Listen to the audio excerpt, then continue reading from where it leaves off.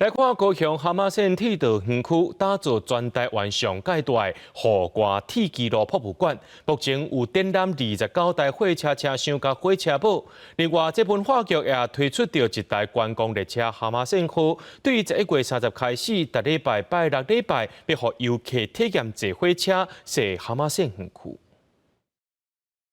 台糖火车半暝伫高雄车路出现，灯光照着车厢成点点油彩是真显白。高雄市筹备超过1冬的时间，伫蛤蟆新铁道园区打造全台上大的户外铁纪录博物馆。目前有29节火车厢翻新了后，放伫临港线的铁纪录顶，呈现高雄市100年铁纪录发展的回忆。这个车站以前就叫做高雄港站啊，所以它这种产业或者是货运的性格是非常的强烈的，所以我们打造的主题就是一个货物为出发点的概念。 这台8年前建设嘉南台准时买的火车，原地停伫后备糖厂。这摆高雄市100年生日，文化局专工向台糖借来电视，现场除了有老火车通看，主办单位嘛甲一台柴油火车重新征收，成做一台无车顶的观光列车。还有另外3台柴油自强号嘛改做餐厅，写袂少铁道迷专工来高雄看火车。